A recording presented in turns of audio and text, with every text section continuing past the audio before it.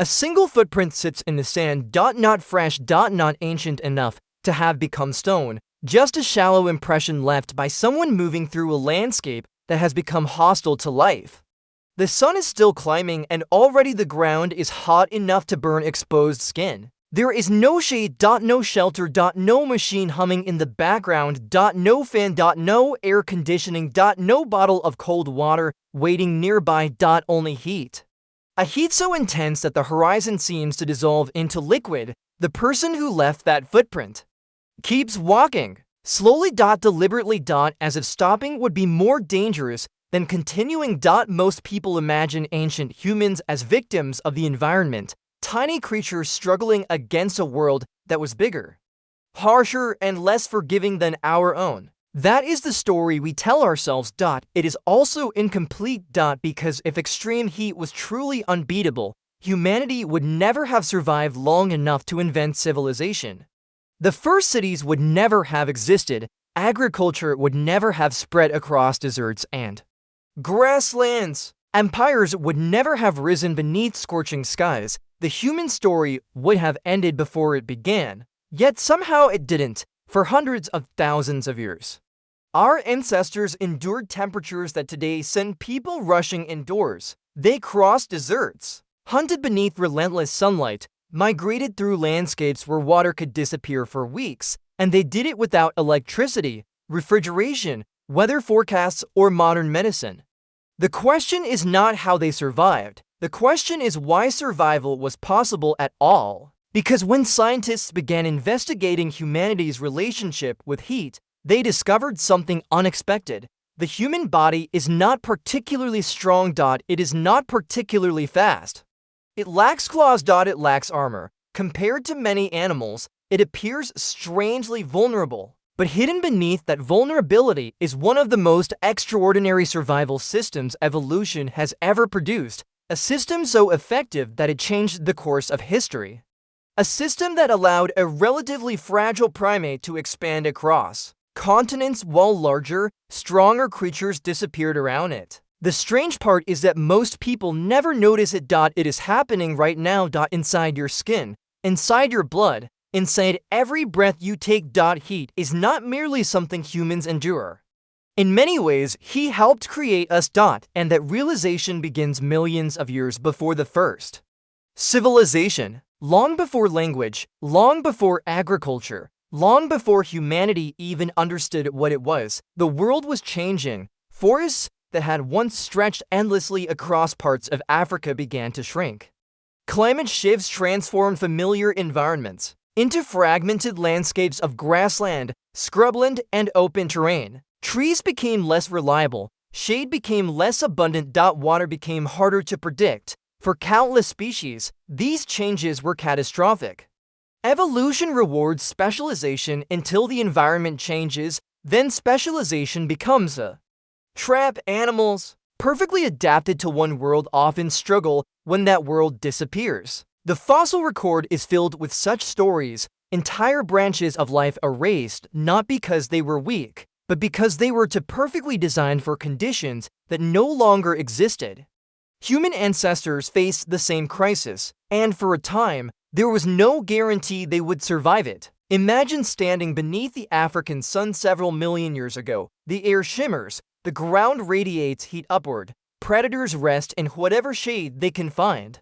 Most animals avoid movement during the hottest hours. Energy becomes expensive. Every step generates heat. Every decision carries consequences. Yet researchers studying early human evolution noticed something peculiar. While many animals were avoiding the midday sun, our ancestors may have been moving directly into it. At first glance, this sounds suicidal. It sounds like the exact opposite of a survival strategy, but nature often rewards solutions that seem irrational until viewed from a different perspective. Most mammals cool themselves by panting. Dogs do it. Wolves do it. Many species rely on rapid breathing to release excess heat. The system works until sustained movement enters the equation. Panting competes with breathing, breathing competes with endurance, and endurance changes everything. Humans evolved a different solution. A strange solution, a solution that transformed our relationship with heat itself. Sweat, not a little, a staggering amount. Millions of sweat glands spread across the body, tiny biological cooling systems operating continuously beneath the skin.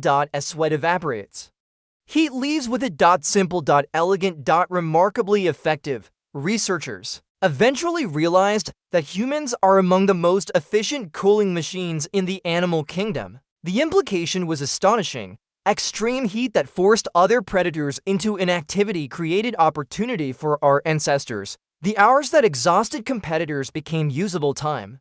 The deadly midday sun became less of an enemy and more of a strategic advantage. Suddenly, survival looked different. And with that realization comes an uncomfortable thought. The environment that feels unbearable to modern humans may have helped shape the species itself. Not despite the heat, because of it. Many people assume technology saved humanity from nature. Air conditioners, fans, climate-controlled buildings, modern infrastructure, and certainly these innovations transformed life, but they also create a subtle illusion. The illusion that humans were never meant to withstand extreme temperatures, that without technology, survival would be impossible. History suggests otherwise, because for most of our existence, technology was absent. Yet humanity endured, not through domination, not through comfort, but through adaptation. And adaptation often demands a price. The human body survives heat by sacrificing water. Every drop of sweat represents a trade: cooler skin in exchange for dwindling reserves, relief purchased through dehydration. This is where the story becomes more dangerous.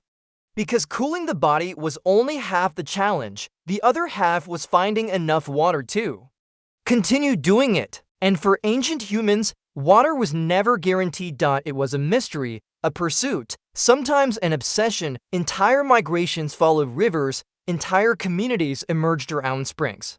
Entire survival strategies evolved around reading landscapes for hidden signs of moisture. A cluster of trees. A change in soil color. The movement of birds across the horizon. Clues. Tiny clues, signals that separated life from death. The heat itself was not always the greatest threat. The uncertainty was because somewhere beyond the next ridge there might be water, or there might be nothing at all. And the human brain evolved under the pressure of that uncertainty, not knowing. Searching. Predicting. Remembering. Connecting patterns.